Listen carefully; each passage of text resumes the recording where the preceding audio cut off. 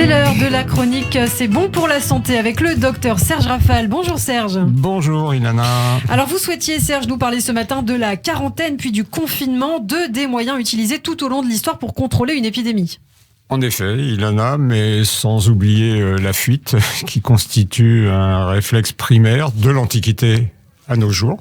C'est le cas par exemple lors de la grande peste d'Athènes en 428 avant Jésus-Christ et très récemment à Wuhan quand 5 millions d'habitants détalent avant que la ville ne soit verrouillée par les autorités chinoises. Alors quand apparaît la première quarantaine ? Comme les quatorzaines qui deviennent septaines, la première quarantaine est une trentaine, imaginée sur une île proche de Dubrovnik, l'ancienne Raguse, pour faire face à la peste noire de 1374.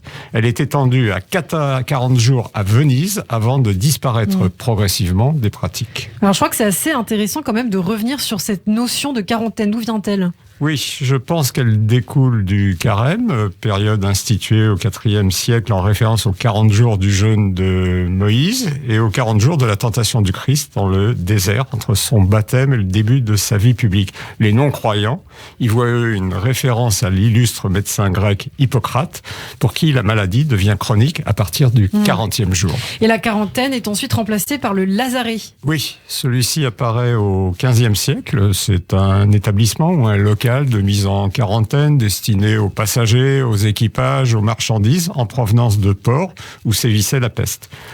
Ne se révèle pas totalement étanche, beaucoup passant à travers les mailles du filet, en particulier les puces et les rats, ce qui permet à l'épidémie de s'étendre. Et on décide alors les cordons sanitaires. Oui, le lazaret, lui, est déjà entouré d'un long mur d'enceinte gardé par des hommes en armes qui ont le droit de tirer. C'est l'ancêtre du cordon sanitaire qui apparaît, lui, au début du 19e siècle pour éviter la propagation du choléra et de la fièvre jaune entre les Pyrénées et l'Espagne.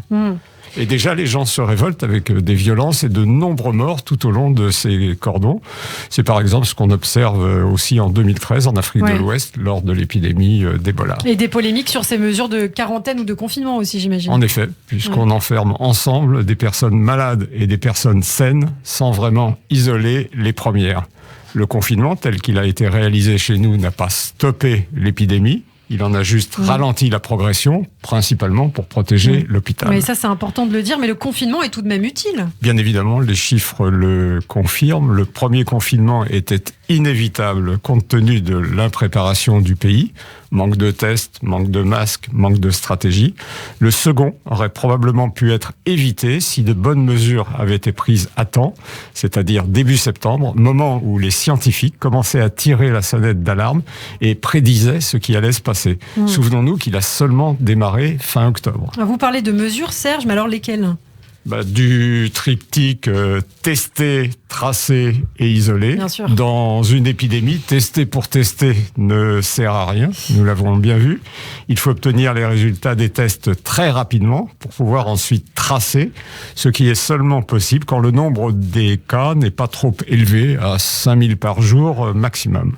La finalité étant bien sûr d'isoler les malades, maillon particulièrement faible en France puisqu'il semble qu'uniquement un patient positif sur 10 soit mis en septaine. Cela doit pourtant absolument être corrigé pour éviter un troisième confinement que tout le monde redoute.